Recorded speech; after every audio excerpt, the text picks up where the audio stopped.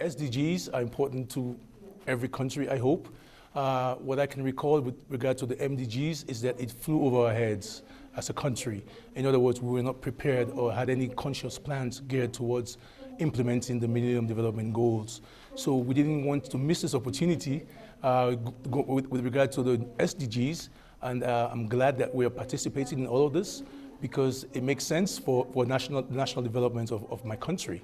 The Right to Access Information Commission is where we're hoping we'll host the data revolution piece of the SDGs, because we see them in three buckets, if you will. We have the first piece that deals with the data revolution, bringing up statistical data to a platform where the government, ministries, departments, and agencies can tap into that information and make decisions, informed decisions around what they're going to do for the SDGs. That's the second piece. The third piece is the review process, monitoring and reviewing and reporting back to the United Nations through the high-level political forum. So we see ourselves in one or more of these buckets in terms of what we're doing at the Open Data Council, because we are the advisory body for anything open related in our country. Well, the value of creating a roadmap that we can use in terms of implementing the SDGs cannot be understated.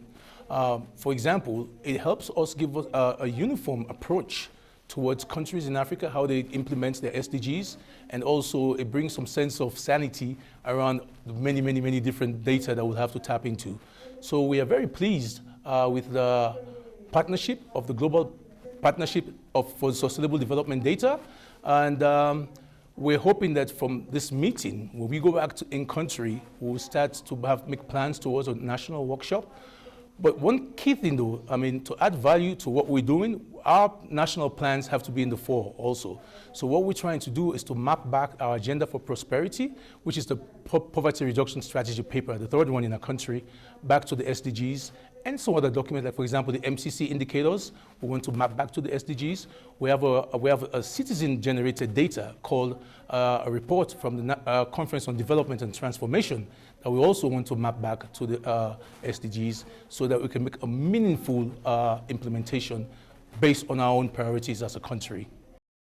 The value of a multi-stakeholder kind of approach is that it lends credibility to the process. That's not just government-oriented.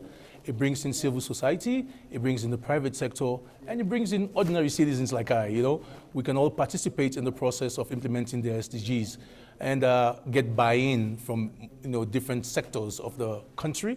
And we think with this approach, for example, in our country, we have the Open Data Council that has 60 members from government, from the private sector, from academia, and also from civil society, of course, which gives us a more stronger countrywide type of participation into these SDGs.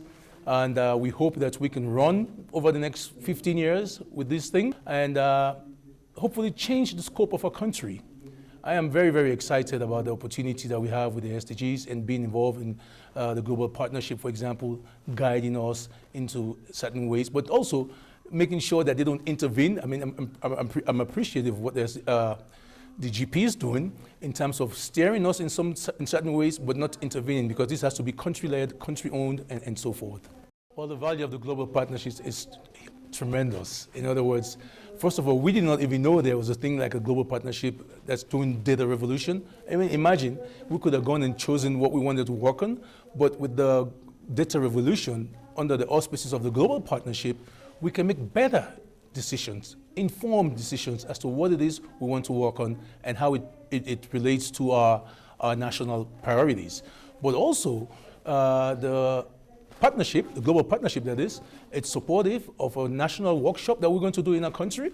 We're also going to invite neighboring countries that are not partnered yet with the partnership. And we're hoping that at this workshop, we can reach out to more African countries and hopefully have a spiral effect going forward. But it's been made conducive by our membership in the global partnership. So we're very excited about what they're doing. One more thing about the global partnership that I really enjoy is that they're very tolerant of many different viewpoints of view. I remember when I was looking at the first theory of change document that was being worked on by some group, GDI, I think. They had all the comments from people that were talking about what needs to be done around the TOC.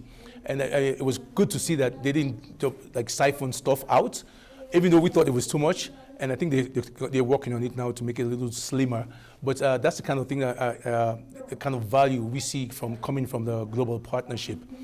But also, I want to amicably challenge the global partnership in the sense that we do understand that, yes, you want to go to a certain point and stop there, but we think we need more than just what the partnership plans to do.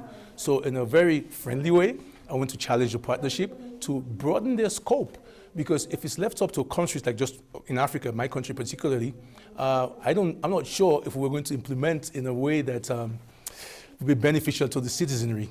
So we still need some guidance and some oversight at the international level, but also being cognizant of not trying to intervene in the sovereignty of these different countries. I don't know how you're going to do all of that, but it's something that we need to consider.